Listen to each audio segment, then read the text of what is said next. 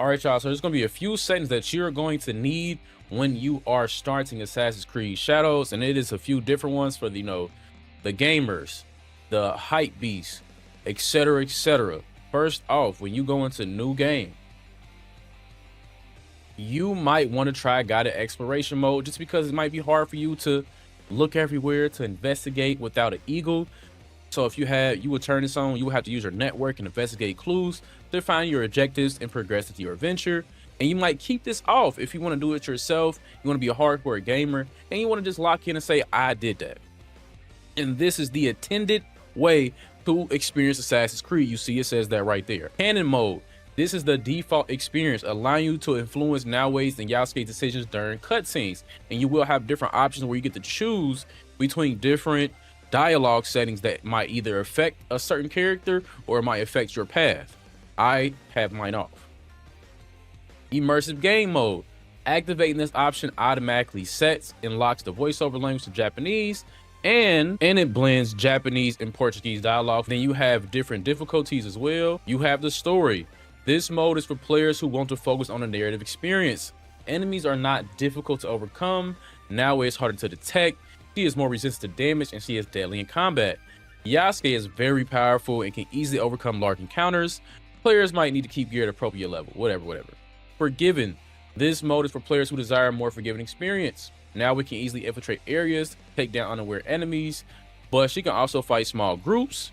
Yasuke can handle large encounters, etc., etc. Players are encouraged to use the best gear available. Improving equipment and skills often is recommended.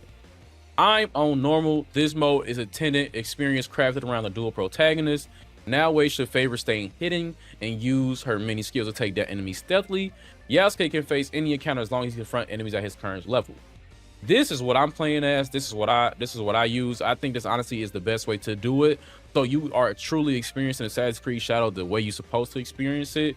Like they just said, Naoei is one way, Yasuke is the other way. I feel like the previous two, you're just going to be able to do whatever the hell you want with Naoei and not really want to experience the switching.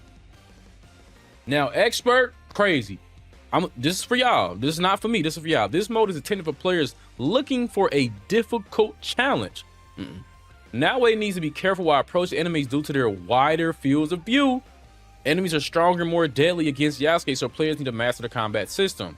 So if you think you about to just normally sneak around with Naoei, no. You think you about to just walk in and be a brute with Yasuke? No. So pay attention to these different settings. Let's go ahead and talk about some of the settings for the audio and languages. So you go to audio, you will scroll down. I have mine checked off, but this is where you can do the immersive mode, like I just mentioned previously. Activating this option automatically sets and locks the voiceover language to Japanese and blends Japanese and Portuguese dialogue for an immersive audio experience, which is pretty gas. Text language. You can go from English to French, to French, Espanol, Portuguese, Japanese, etc. There's also a plethora of options with the color preset, the text size, icon size, the HUD, whatever. If you want to change anything, you are able to do that, which I think is super cool, because sometimes you might not even want to see anything on your screen. You might want to fully immerse yourself into the game and make everything as small as possible. Me personally, I think you should try to remap some of your controls or even turn up some things. Go to controls, go to customize controls, and do this here. During combat, I'm about to take off my my photo ability, because every time I'm in the battle and I'm trying to run or sprint or something like that, it literally happens. So let me see if they even allow me to take that off. Okay, so right now I don't even see that as an option. But normally when you click in R3 or L3, the picture mode pops up and it's kind of irritating, but it's fine. This is where you will go to change the options. The simplified input, you go to option, you're gonna go to gameplay.